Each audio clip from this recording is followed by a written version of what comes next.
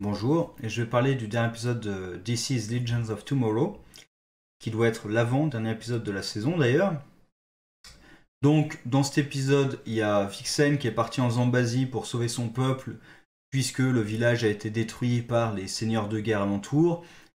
Et Steel et Wally West l'ont accompagné, la rejoignent pour essayer de l'arrêter, mais évidemment, Nate il a pas tellement envie que ça de l'arrêter finalement, donc finalement il va l'aider plutôt à sauver son village en essayant de convaincre sa future fille de porter le totem.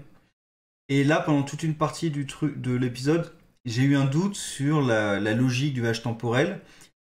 Finalement, l'épisode réussit à établir quand même la logique de la chose, même si à la fin il y a un truc, c'est-à-dire que Vixen s'est effacé la mémoire. Parce que sinon, si Vixen ne s'efface pas la mémoire, il y a un truc tout con, elle connaît la date du jour où les chefs de guerre ont débarqué. Donc si elle s'était pas effacé la mémoire, il y aurait une façon toute simple de changer le temps. J'ai envie de dire, même un truc tout con, elle pourrait se l'écrire. Elle peut s'effacer la mémoire pour oublier Nate et tout ça, d'accord. Elle peut s'écrire comme information, tiens, à telle date, il y a des seigneurs de guerre qui vont débarquer, faut que tu sois prête. Ça serait un truc tout con, justement, pour changer l'histoire qu'elle pourrait faire sans même avoir à voyager, elle, dans le passé. Pas dans son futur. Et c'est compliqué, le passé, le futur. Bref. Du coup, elle s'efface la mémoire, mais à la fin, elle se souvient quand même de Nate. Donc, il y a le côté un peu l'amour qui transcende les choses.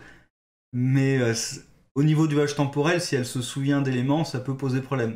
Mais du coup, ça, voilà. Pour moi, la grosse partie de l'épisode, c'est quand même Dark, qui, on l'a vu déjà depuis quelques épisodes, se rend compte que sa fille ne va pas survivre à l'arrivée de Malus. Ce qui est étonnant, hein.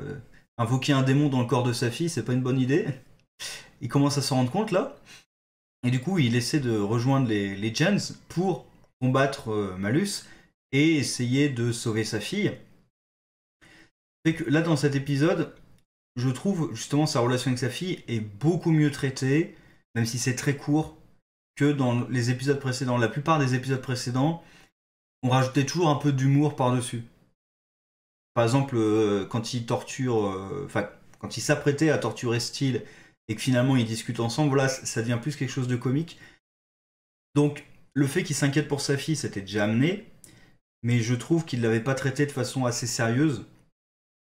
Qu'ils mettent de l'humour de temps en temps par-dessus, d'accord, mais là j'ai l'impression qu'ils avaient fait que de l'humour, alors que c'est quand même quelque chose de grave.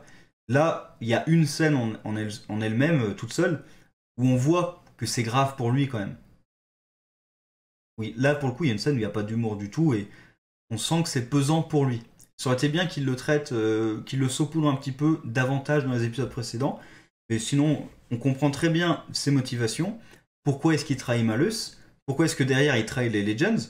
Parce qu'il pense que sa fille est foutue.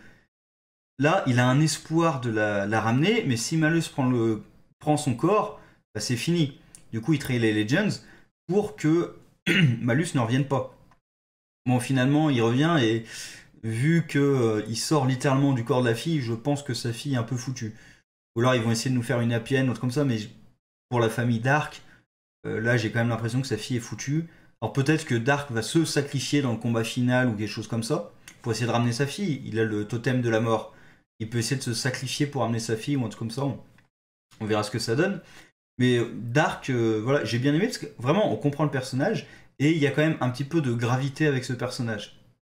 Il y a un truc que la plupart des Legends n'ont pas. Là. Par exemple, l'arc, la Zambazie, là, je ressens pas vraiment de gravité à ce qui se passe. La fille, c'est très facile de la convaincre à prendre le totem finalement. Vixen, vieille, elle fait très facilement confiance à Steel finalement. Donc je ressens pas vraiment de gravité. Et tout le truc de il faut surtout pas changer le futur, le passé, parce que sinon, oh là là, il va se passer des trucs horribles.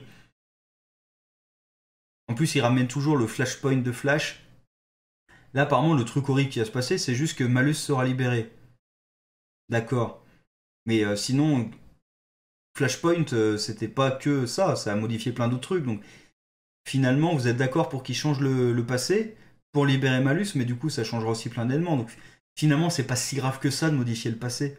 C'est ça que je veux dire. Il n'y a pas vraiment de gravité parce que finalement, ça n'a pas d'impact. Qu'il change le passé ou pas, ça n'a pas d'impact.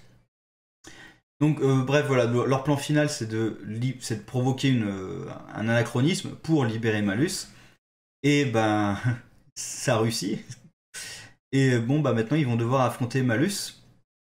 Avec, il y a Rey notamment qui réussit pas du tout à maîtriser son totem. Encore un truc d'ailleurs, sur absence de gravité. Les deux derniers totems là, il les distribue, mais c'est des bonbons quoi. C'est vraiment, c'est des reliques magiques anciennes et tout. Là, on a l'impression que ça a quasiment aucune importance quand il les donne quoi. Tiens, allez toi, prends ça, allez toi, tiens, je te donne celle-ci. Et comment ça marche? Oh, on verra bien. C'est pas comme si on allait affronter un démon que 6 tribus ont enfermé dans une prison temporelle avec des pouvoirs magiques. Je veux dire, avant de faire votre plan, vous pouvez pas tester que ça marche. En plus, vous êtes dans un vaisseau temporel. Vous pouvez prendre 5 ans. Je veux dire, c'est ça le truc. Vous pouvez prendre tout le temps que vous voulez. Vous êtes dans un vaisseau temporel. Donc, prenez le temps d'essayer de le faire marcher, votre truc, avant d'y aller. C'est tout con, mais... Enfin, bref. Finalement, l'épisode était quand même plutôt pas mal. Avec Dark, il y a aussi Ava aussi, qui, est, qui apprend non seulement qu'elle est une clone, mais là qu'elle est la 12e. Donc déjà, le fait d'être un clone, ça te met un coup. Là, t'apprends que t'es la 12e. Ça lui met un sacré coup dans la tête. Il y a Sarah qui essaie d'utiliser le truc cliché de «Mais tu m'as toujours moi». Et ça marche pas trop. Alors, je pense que ça portera ses fruits dans l'épisode suivant, j'imagine, mais voilà, ça marche pas trop. Rip retourne un peu trop vite sa veste, je trouve. Là. Il est vraiment contre leur plan, et là, d'un coup, finalement, je pense qu'il est temps d'abandonner le scalpel pour prendre la tronçonneuse. Voilà, il retourne un petit peu trop vite sa veste. Mais bon, après tout, c'était son plan d'utiliser les Gens pour affronter Malus. Donc, bon. Donc voilà, quand même, l'épisode est pas trop mal. Surtout, moi, un gros truc que j'ai aimé, c'est quand même Dark. C'est très court, hein, il y a des petites scènes, mais voilà, j'ai bien aimé le fait de mettre de l'enjeu avec sa relation avec sa fille. Voilà. Donc j'attends le dernier épisode, et après, ça sera le retour de Supergirl, que j'attends aussi. Et sur ce, au revoir.